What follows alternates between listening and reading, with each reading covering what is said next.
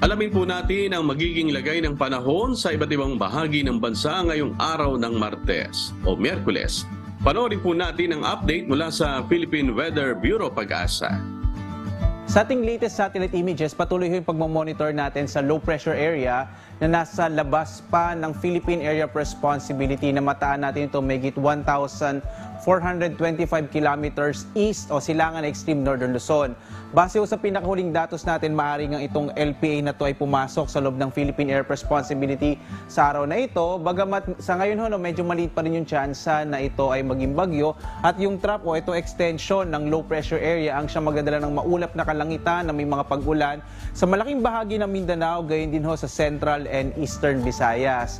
Bagamat hindi na ganun kalakas, nakakapekto pa rin yung southwest monsoon o habagat, partikular na sa may bahagi ng Palawan at ng Occidental Mindoro. Kaya asahan din sa mga kababayan natin sa bahagi ng Palawan at Occidental Mindoro ang maulap na kalangitan na may mga pag-ulan. Samantala, sa Kamaynilaan at sa nalabing bahagi ng Luzon at kasama rin yung Western Visayas, inaasahan naman natin ang posibilidad naman ng generally fair weather, pero posible pa rin yung mga pag-ulan, mga isolated rain showers and thunderstorms kadalasan sa hapon hanggang sa gabi.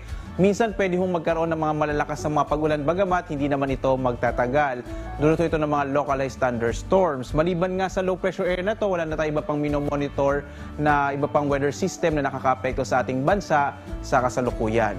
At narito na ang lagay ng panahon dito sa Luzon. Makikita natin na itong bahagi nga ng Palawan at Occidental Mindoro, dulot pa rin ng southwest monsoon o habagat ay magdadala pa rin ng maulap na kalangitan na may mga pag-ulan.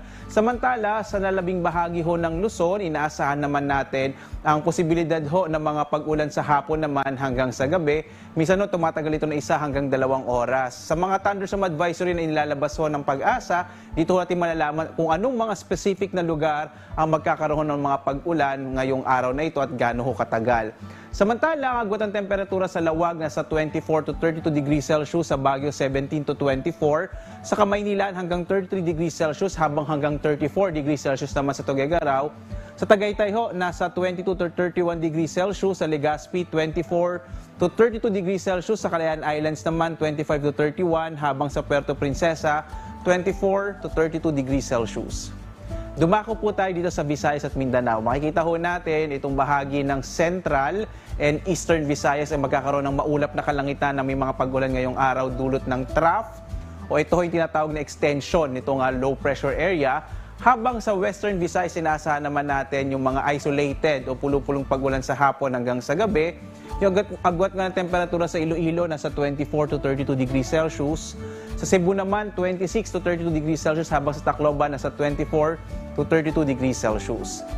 Malaking bahagi naman ng Mindanao ang inaasahan natin na magkakaroon ng maulap na kalangitan na may mga kalat-kalat na pag-ulan na may kasamang pagkilat-pagkulog, dulot din ng trough o yung extension ng low pressure area.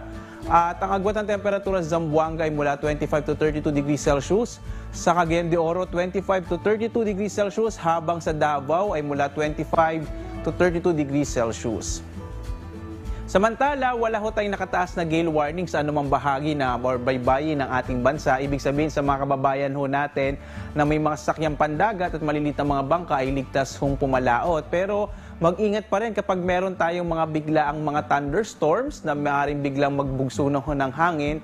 Kaya iba yung pag-iingat dahil maaari itong mag-trigger o magdulot ng biglaang malalakas na pag-alon ng karagatan. Yung araw naman natin ay sisikat mamayang 5:45 na umaga at lulubog, ganap na 5:49 ng gabi.